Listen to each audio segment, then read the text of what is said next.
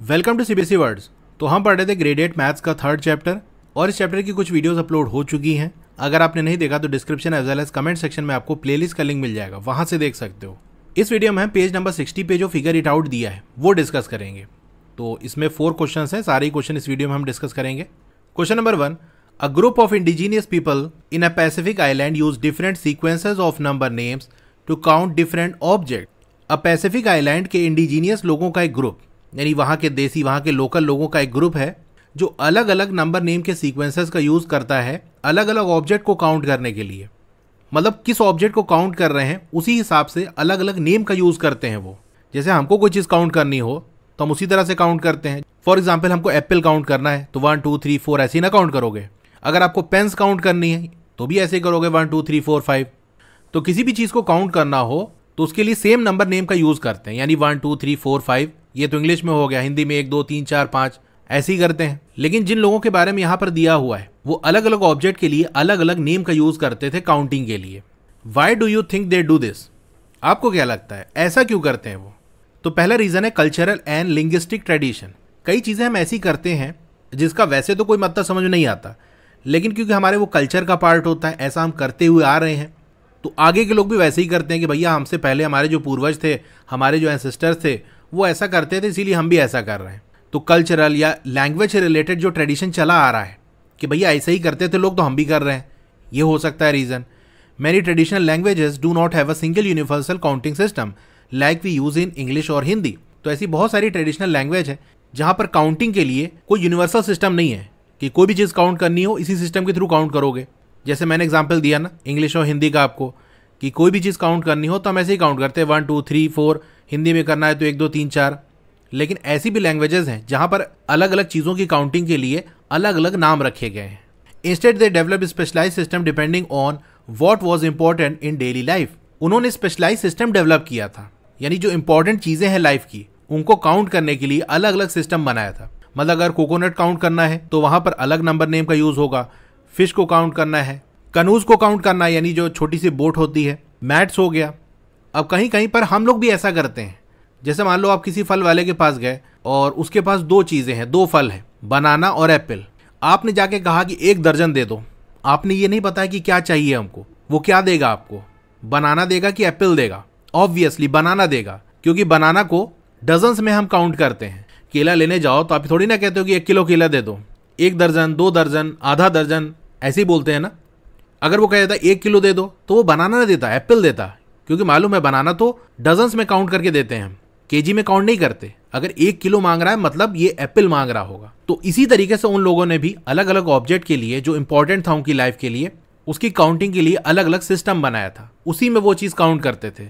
फिर second point है practical convenience. मतलब प्रैक्टिकली ये चीज़ उनके लिए आसान था। Different objects come in different natural grouping. For example fish might be counted in pairs. जैसे मछलियों को वो लोग पेयर्स में काउंट करते थे। जैसे कहा 3 मछली दे दो तो मतलब 3 जोड़े मछली दे दो। आज के टाइम में भी आप शूज़ लेने जाते हो और कहते हो भैया हमको एक जूता चाहिए, तो वो क्या देगा? 2 पीस देगा ना। मतलब दोनों फुट के लिए एक एक पीस आपको मिलेगा कि नहीं? तो एक लेफ्ट में पहनोगे, एक राइट में पहनोगे। तो आपने तो कहा था हमको 1 जूता चाहिए, लेकिन वो 2 पीस देगा, एक लेफ्ट लेग के लिए, एक राइट लेग के लिए। उसी तरीके से इनका भी सिस्टम था कि फिश को वो पेयर्स में काउंट करते थे। अब यैम्स यानी शकरकंद हो गया, कोकोनट हो गया, इनको 4 या 10 के ग्रुप में रखते थे। तो इनकी काउंटिंग के लिए अलग सिस्टम उन्होंने बनाया था। कैनूज यानी जो नाव होती है या टूल जो है, इसको अलग अलग काउंट किया जाता था। भाई नाव लेने जाओगे तो 1 लोगे, बहुत हुआ 2 लोगे, कोई दर्जन में नाव थोड़ी ना लोगे। तो उसको वो इंडिविजुअली काउंट करते थे, यानी एक एक करके काउंट करते थे। फिर थर्ड पॉइंट है clarity of meaning. By having different number sequences people can immediately know what kind of object is being counted. अब साफ साफ मीनिंग पता चल सके, इसके लिए भी ऐसा करते थे। मान लो कोई काउंटिंग कर रहा है तो उसको सुन के ही अगला बंदा समझ जाता था कि क्या चीज़ की काउंटिंग चल रही है। जैसे आज के टाइम में हम अगर काउंटिंग कर रहे हो 1 2 3 4 5 और एक बंदे को दिखाई नहीं पड़ रहा हो क्या काउंट कर रहे हो, बस सुनाई पड़ रहा हो, तो वो बता नहीं सकते कि भैया क्या काउंट हो रहा है। लेकिन उनके सिस्टम के अंदर ये खास बात थी कि अलग अलग चीज़ों की काउंटिंग अलग अलग नेम से करते थे, तो सुनने वाले को पता चल जाता था कि क्या चीज़ गिनी जा रही है। This avoids confusion specially in trade और डिस्ट्रीब्यूशन। इस तरह से वो कन्फ्यूजन से बच जाते थे। जब उनको ट्रेड करना होता था या डिस्ट्रीब्यूट करना होता था तो जो चीज़ डिस्ट्रीब्यूट हो रही है वही वाला सिस्टम यूज़ करते थे, तो कन्फ्यूजन नहीं होता था वहाँ पर कि क्या चीज़ डिस्ट्रीब्यूट कर रहे हैं, किस चीज़ की ट्रेड कर रहे हैं। Question number 2, consider the extension of the Gumulgal number system beyond 6 in the same way of counting by twos. अब वैसे तो जो गुमुलगल नंबर सिस्टम है उसमें 6 तक ही नंबर की काउंटिंग है, उसके आगे को क्या कहते थे, वो रास कहते थे। लेकिन अगर इसको हम एक्सटेंड कर दें, बेसिकली वो टूज में काउंट करते थे कि 1 के लिए उनके पास नाम था, 2 के लिए उनके पास नाम था, 3, 4, 5, 6 इसके लिए कोई नाम नहीं था। लेकिन 3, 4, 5, 6 इनका जो नाम है वो 1 और 2 के कॉम्बिनेशन से ही रखते थे। ये सारा चीज़ हम पढ़ चुके हैं, यानी टूज में ही वो काउंटिंग करते थे। तो अगर इसको हम एक्सटेंड कर दें, आगे के नंबर्स के लिए भी हम इसी पैटर्न पे नाम बना सकें, तो इसको आपको कंसीडर करना है और आगे जो पूछ रहा है उसका आंसर आपको देना है। Come up with ways of performing arithmetic operations. अब अरिथमेटिक ऑपरेशंस के क्या वेज होंगे, क्या तरीके होंगे, यानी प्लस माइनस मल्टीप्लाई डिवाइड करना है तो वो कैसे करोगे गुमुलगल नंबर सिस्टम के अंदर। For numbers occurring in this system without using Hindu numerals, Hindu numerals का आपको यूज नहीं करना है, डायरेक्टली आपको अरिथमेटिक ऑपरेशंस करने हैं। Use this to evaluate the following. तो जब आप सिस्टम बना लो कि भैया ऐसे हम करेंगे, तो फिर आगे जो क्वेश्चंस आपको दिए हैं यानी फर्स्ट, सेकेंड, थर्ड, फोर्थ, इसको इवेलुएट करो, इसकी वैल्यू निकालो। तो जैसे फर्स्ट वाला क्वेश्चन देखो, उकासार उकासार उकासार उकासार उरापॉन, इसकी अगर नंबर में वैल्यू पूछूं तो क्या होगा। देखो उकासार होता है 2, तो 2 2 2 2 और 1। ये चीज़ मैंने आपको पढ़ाई है कि गुमुलगल नंबर सिस्टम के अंदर जो वैल्यूज़ होती है वो सारी ऐड हो जाती हैं। यानी उकासार और उकासार का मतलब है कि 2 + 2, तो यहाँ क्या हो जाएगा 2 + 2 + 2 + 2 + 1, तो ये हो जाएगा 9। मतलब ये जो पूरा लिखा है ना, वो हिंदू नंबर सिस्टम के अंदर इसको हम 9 कहते हैं। तो फर्स्ट सेंटेंस में यही बात कह रहा था कि अगर 6 के बियॉन्ड भी हम इसको एक्सटेंड कर सकें, तो देखो और बड़े नंबर्स इसने लिखे हैं कि नहीं। तो एडिशन, सब्सट्रैक्शन, मल्टीप्लिकेशन, डिवीजन का क्या रूल होगा, कैसे करोगे आप, ये बताओ। तो फर्स्ट वाले में आपको बेसिकली जैसा कि आप देख सकते हो यहाँ प्लस का साइन है, ऐड करना है। तो एक नंबर ये है और दूसरा नंबर आपको ये दिया है, ये 2 नंबर है। एक नंबर जिसको मैंने येलो से हाईलाइट किया है प्लस जो ग्रीन से हाईलाइट किया, ये 2 नंबर है, इनका एडिशन करना है। कैसे करोगे आप, तो इसका आंसर में पहली चीज तो आपको रूल बताना है एडिशन का। राइट उकासार one after other as many times as it appears in both the numbers. आपको क्या करना है, जितनी बार उकासार आ रहा है दोनों नंबर के अंदर, उन सबको एक साथ लिख दो, एक के बाद एक। एंड रिप्लेस 2 उरापॉन विद 1 उकासार, और 2 उरापॉन को 1 उकासार से रिप्लेस कर दो। अब आप कहोगे ये क्या है, कैसे कर रहे हैं, क्यों कर रहे हैं, चलो मैं आपको समझाता हूँ। देखो ये चीज़ आपको पढ़ाई है मैंने कि गुमुलगल नंबर सिस्टम के अंदर 1 को वो लोग कहते थे उरापॉन और 2 को कहते थे उकासार। अब इसके आगे के जो नंबर्स होते हैं 3, 4, 5, 6, 7, 8, 9, 10 जो भी है आगे, इसके लिए इनके पास कोई नाम ही नहीं था। अब 1 मिनट के लिए आप ऐसा समझ लो कि हिंदू नंबर सिस्टम के अंदर सिर्फ 2 ही नंबर हैं, 1 और 2, इसके आगे कुछ है ही नहीं। तो अब अगर आपको एडिशन करना हो तो आप कैसे करोगे, मतलब नंबर लिखना है तो कैसे लिखोगे। फॉर एग्जाम्पल आपको 6 लिखना है, तो 6 नाम का कोई सिंबल ही नहीं है, तो 2 को ही आप 3 बार लिख दोगे। यानी ऐसे अगर आप लिख दो 2 + 2 + 2, तो इसका मतलब 6 है। अब एक नंबर मान लो आपको ऐसे दिया है और एक दूसरा नंबर दे दिया 2 + 2, क्योंकि 2 के आगे कोई सिंबल है नहीं कि 2 + 2 को 4 लिख दो, 4 नाम का कोई सिंबल है ही नहीं। तो आप क्या करोगे, मतलब अभी यही मान के चलो कि जो हिंदू नंबर सिस्टम है उसके अंदर 1 और 2 यही 2 नंबर है, आगे के नंबर इन्हीं के कॉम्बिनेशन आपको बनाना पड़ेगा। तो अगर 6 लिखना है तो ऐसे लिखना पड़ेगा, 4 लिखना है तो ऐसे लिखना पड़ेगा। अब इन दोनों को ऐड करना है तो क्या करोगे, तो सिंपल सी बात है, आप सारे 2 को एक साथ लिख दोगे तो यही आंसर हो जाएगा। अब इसको फर्दर सॉल्व करके आप 10 नहीं लिख सकते क्योंकि 10 नाम का कोई सिंबल नहीं, बस सिंबल हमारे पास 2 ही तक है, तो यही आंसर हो जाएगा। तो यहाँ पर आपने क्या किया, पहले नंबर के अंदर जितने 2 आ रहे थे वो, दूसरे में जितने आ रहे थे वो, इन सब को एक साथ करके लिख दिया। तो ऐसे ही ना किया आपने। अब मान लो ऐसा कोई नंबर होता 2 + 2 + 1, यानी 5 को इस तरह से लिखा जाएगा और 3 को इस तरह से लिखा जाएगा 2 + 1। अब इन दोनों को ऐड करना है तो क्या करोगे आप, तो जितने 2 आ रहे हैं दोनों नंबर के अंदर उनको एक साथ लिख लोगे कि नहीं, 2 + 2 + 2 + 2। फिर पहले वाले नंबर के अंदर जितना 1 आ रहा है वो लिख लो, दूसरे में जितना 1 आ रहा है, दोनों में एक ही एक बार 1 आ रहा है तो ऐसे लिख देंगे। आगे क्या सॉल्व हो पाएगा, देखो 2 + 2 + 2 ये तो सॉल्व नहीं हो पाएगा क्योंकि 2 के आगे कोई नंबर ही नहीं है, लेकिन 1 + 1 2 होता है और 2 का तो सिंबल हमारे पास है ना, 2 को तो ऐसे लिखते हैं। तो क्या हो जाएगा 2 + 2 + 2 और 1 + 1 2। तो यहाँ पर हमने क्या किया, मैक्सिमम अगर हमारे पास 2 तक का ही सिंबल है तो सारे 2 को एक साथ लिख लेंगे और 2 1 को मिलाकर, क्योंकि 2 होता है और 2 का सिंबल हमारे पास है, तो 2 1 मिलके एक 2 बन जाएगा। जैसे कि यहाँ हुआ 2 1 मिला के उसकी जगह हमने एक 2 लिख दिया क्योंकि 1 + 1 2 होता है और 2 का सिंबल हमारे पास है। अब इसी लॉजिक को गुमुलगुल नंबर सिस्टम के अंदर लगाओ। वहां पर उनके पास दो ही नंबर के लिए नाम है, 1 के लिए उरापॉन, 2 के लिए उकासार। तो इन्हीं के कॉम्बिनेशन से नंबर बनाना है। तो जैसे दो नंबर आपको दे दिया, उनको ऐड करना है, तो जितनी बार 2 आ रहा है यानी उकासार आ रहा है, उन सबको तो एक साथ लिख लो, और दो जो उरापॉन है उसको एक उकासार से रिप्लेस कर दो। यही यहां पर दिया है, 2 उरापॉन विद 1 उकासार। तो इस हिसाब से हमने रूल बनाया है। रूल समझ गए? अब चलिए क्वेश्चन करते हैं जो फर्स्ट वाले पार्ट ने पूछा है। तो फर्स्ट वाले में आपको एक नंबर ये दिया है, प्लस का साइन, दूसरा नंबर ये दिया है। तो मैंने क्या बताया, दोनों नंबर के अंदर जितनी बार उकासार आ रहा है वो लिख लो। तो 4 बार उकासार यहां पर आ रहा है, तो ये हमने उकासार लिख दिया। 3 बार उकासार यहां पर आ रहा है दूसरे वाले नंबर के अंदर, तो 3 बार उकासार लिख दिया। और पहले वाले नंबर के अंदर उरापॉन, दूसरे वाले में भी एक उरापॉन, तो 2 उरापॉन मिलके एक उकासार बनेंगे, क्योंकि उरापॉन का मतलब 1 और 1 और 1 मिलके 2 होता है, और 2 के लिए सिंबल हमारे पास है उकासार, तो इसलिए उकासार लिख देंगे। ये आंसर हो गया। ठीक है, तो ब्लू कलर से जो लिखा हुआ है ये आंसर है। Rules for subtraction. सब्सट्रैक्शन का रूल क्या होगा? एन उकासार from one number will eliminate an उकासार फ्रॉम अनदर नंबर। अब एक नंबर में जो उकासार होगा वो दूसरे वाले नंबर के अंदर जो उकासार होगा उसको एलिमिनेट कर देगा। जैसे मान लो एक नंबर हमने लिखा 2 + 2 और दूसरा नंबर हमने लिखा 2, तो होगा क्या, इसकी वैल्यू क्या होगी? आप सॉल्व करो। तो 2 + 2 - 2, तो यहां पर जो +2 है और -2 ये मिलके 0 हो जाएगा, खत्म हो जाएगा, और आंसर आपका 2 आ जाएगा। तो डायरेक्टली हम ये कह सकते हैं कि एक नंबर में जो 2 था वो दूसरे नंबर में जो 2 था उसको एलिमिनेट कर दिया और सिंपल एक 2 बच गया। तो यही चीज यहां पर भी होगी भाई। उकासार का मतलब 2, तो उकासार माइनस उकासार का मतलब क्या है? 2 - 2, तो ये 0 हो जाएगा।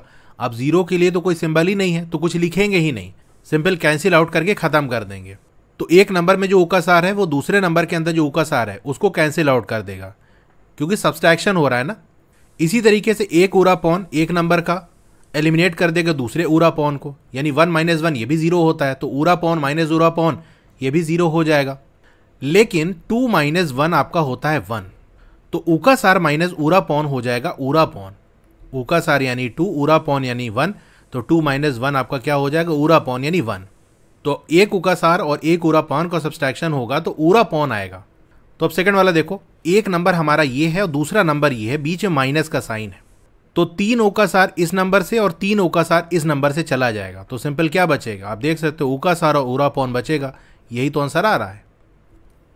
Rules for multiplication. मल्टीप्लीकेशन कैसे करेंगे? Write first number as many times as the other number, then add all. पहले वाले नंबर को उतनी बार लिखो जितना दूसरा वाला नंबर है, फिर ऐड कर लो। जैसे मान लो 3 × 5, ये क्या होता है? 15 होता है। इसको हम ऐसे भी तो कर सकते हैं कि एक नंबर जो है, जैसे 3 ले लिया हमने, उसको दूसरे वाले नंबर टाइम्स लिख दें, यानी 3 को हम 5 बार लिख दें, 3 3 3 3 3, और फिर क्या कर दें? ऐड देम ऑल, सबको ऐड कर दो, तो भी यहाँ से 15 आ जाएगा। आप ऐसे भी कर सकते हो कि एक नंबर को दूसरे वाले नंबर टाइम्स लिख दो, तो 5 को आप 3 बार लिख दो, तो यहाँ से भी आपको 15 मिल जाएगा। तो इसी पैटर्न से हमने ये रूल बनाया है कि जैसे दो नंबर आपको दिया होगा, तो पहला वाला नंबर या दूसरा नंबर कुछ भी ले सकते हो। जैसे हम यहाँ पर फर्स्ट नंबर ले लेते हैं, उसको उतनी बार लिखो जितना कि दूसरा नंबर है। जैसे हमने यहाँ पर किया कि 3 को हम कितनी बार लिखेंगे? जितना दूसरा वाला नंबर है, तो 3 को 5 बार लिखेंगे, और फिर क्या करना है? देन ऐड ऑल, सबको ऐड कर लो, तो आपको 15 मिलेगा। तो 3 × 5 की वही वैल्यू होगी जो 3 को 5 टाइम्स लिख के ऐड करोगे तो जो मिलेगा। तो थर्ड वाले में हमको एक नंबर ये दिया है मल्टीप्लाई बाय दूसरा वाला नंबर। तो मैंने क्या बताया था कि पहले वाले नंबर को उतनी बार लिखो जितना कि दूसरा वाला नंबर है। अच्छा, दूसरा वाला नंबर है क्या?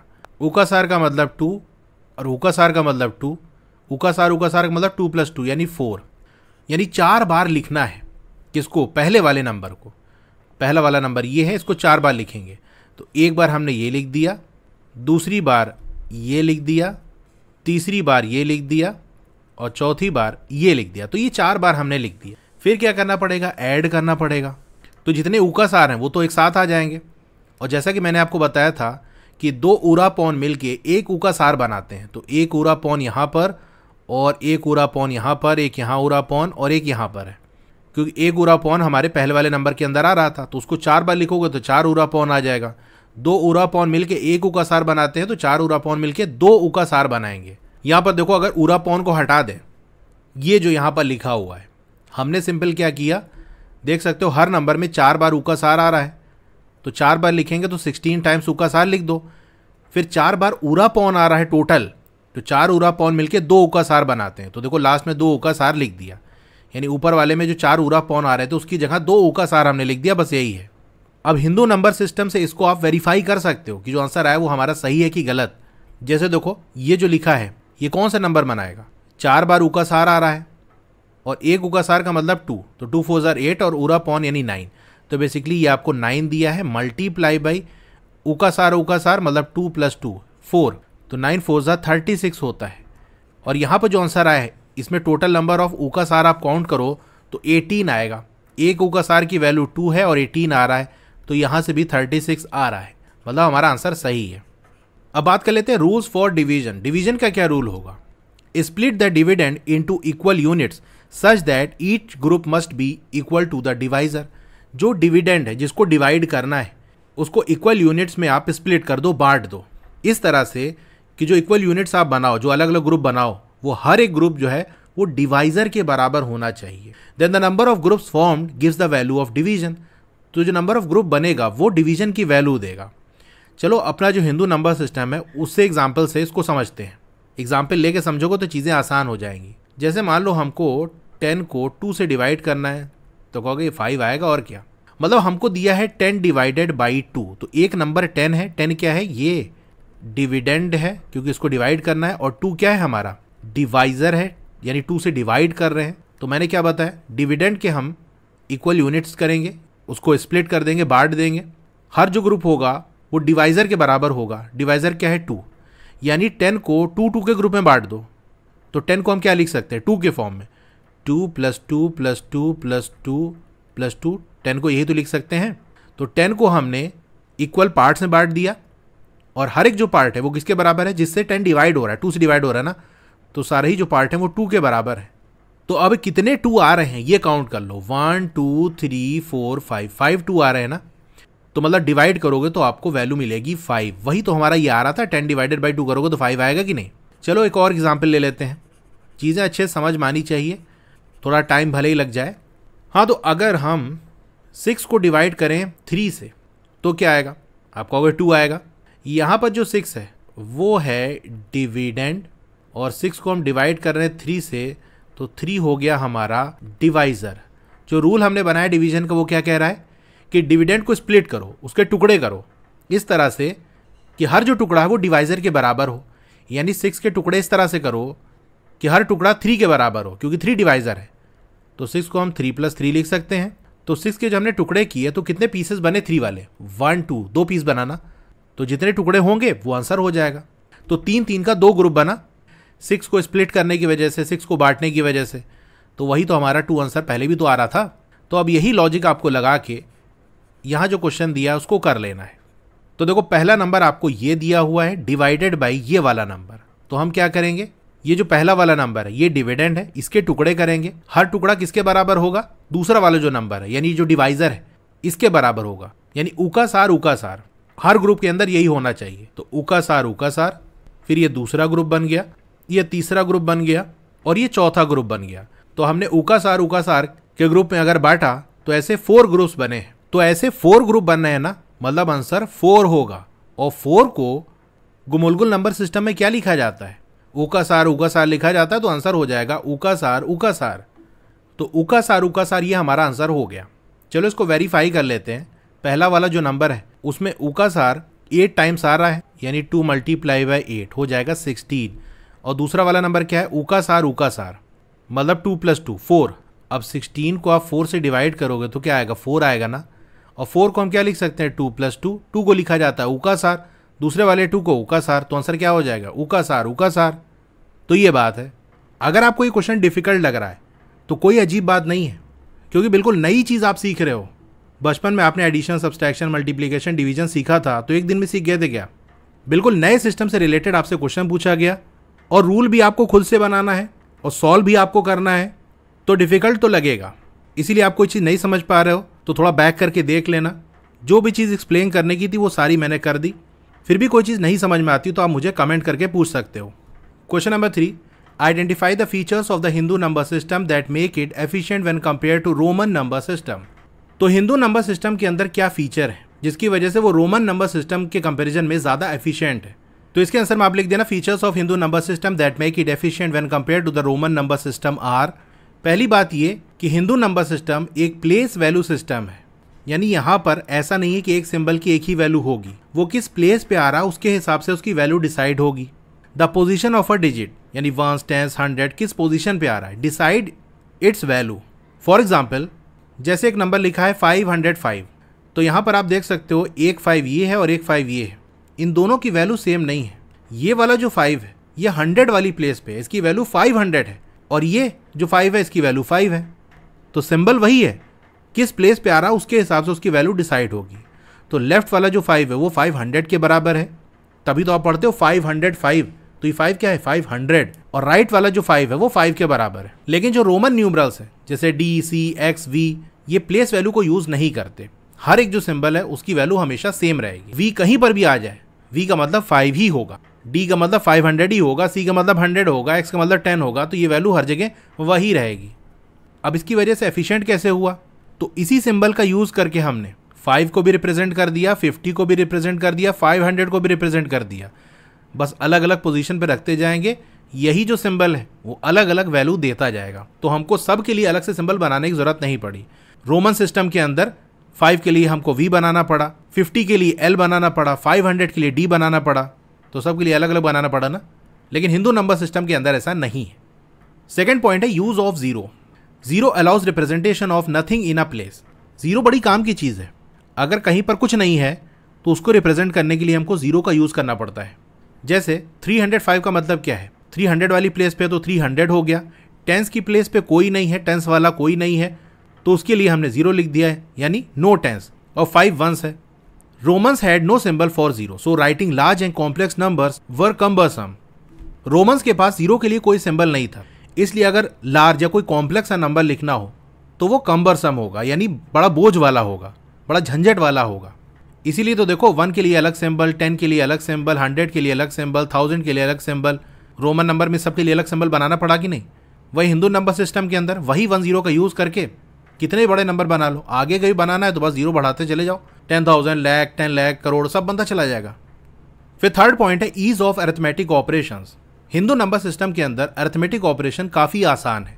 Addition, subtraction, multiplication and division are easy in Hindu system because of place value. Roman numerals के अंदर अरिथमेटिक बहुत ही ऑकवर्ड है, बड़ा अजीब सा उसके अंदर आपको काम करना होता है। जैसे मल्टीप्लिकेशन का आपको मैंने करके दिखाया था ना, कैसा अजीब सा सिस्टम था। तो जैसे इन्हीं को मल्टीप्लाई करना है तो ये डिफिकल्ट होगा और टाइम टेकिंग होगा।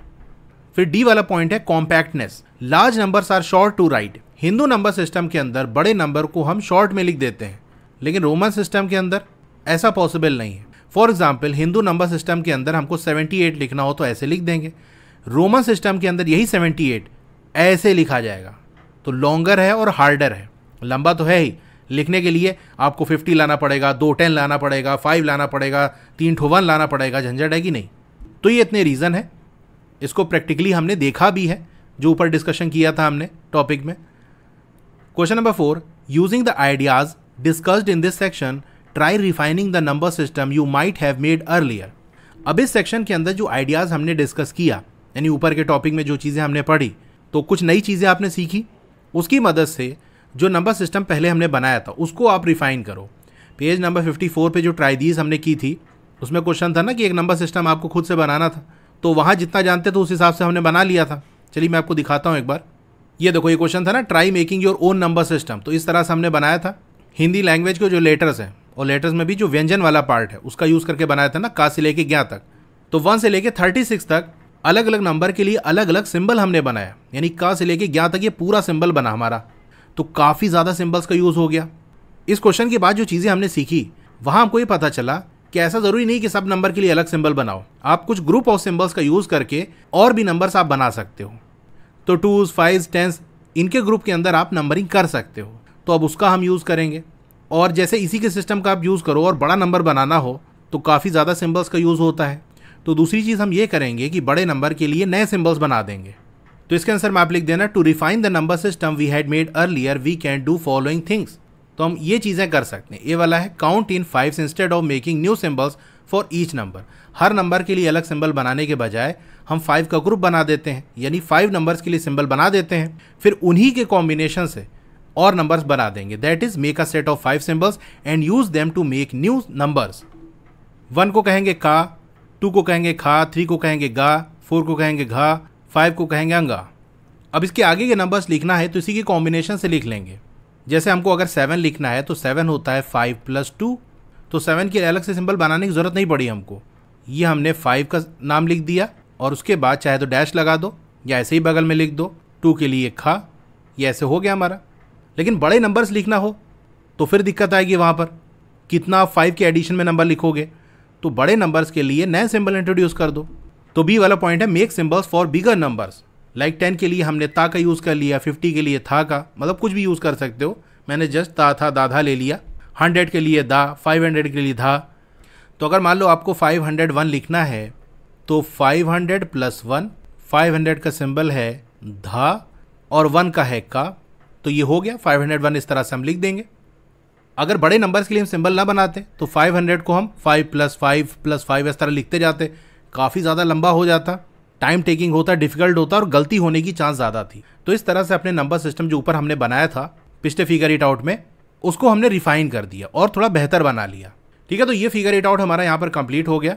क्लास 8 की और वीडियो देखना चाहते हो तो इस तरह से आपकी वीडियो चली होगी। पहले वीडियो को लाइक कर लो, चैनल को सब्सक्राइब कर लो, मोर पे क्लिक कर देना है, फिर से मोर पे क्लिक कर देना है, तो आपका डिस्क्रिप्शन ओपन हो जाएगा। यहाँ पर आपको मेरे व्हाट्सएप चैनल का लिंक मिल जाएगा, उसको ज्वाइन कर लोगे तो आपको लेटेस्ट अपडेट मिलती रहेगी। डोंट वरी, आपका नाम और फोन नंबर किसी को भी विजिबल नहीं होगा। फिर क्लास 8 की बेस्ट बुक का लिंक मैंने दे दिया है, इस लिंक पे क्लिक करके यहाँ से परचेज कर सकते हो। अब अगर आपको स्टडी मटेरियल चाहिए, जैसे नोट्स हो गया, एक्सरसाइज के सॉल्यूशन हो गया, तो मेरी वेबसाइट विजिट कर सकते हो। और नीचे आओगे तो क्लास 8 मैथ्स की चैप्टर वाइज प्लेलिस्ट मिल जाएगी। जिस चैप्टर की वीडियो देखनी है उसके साथ में जो लिंक है उस पर आप क्लिक करोगे तो उस चैप्टर की प्लेलिस्ट ओपन हो जाएगी। और नीचे आओगे तो और भी जो सब्जेक्ट्स हैं उनकी प्लेलिस्ट का लिंक मिल जाएगा। Okay, thank you.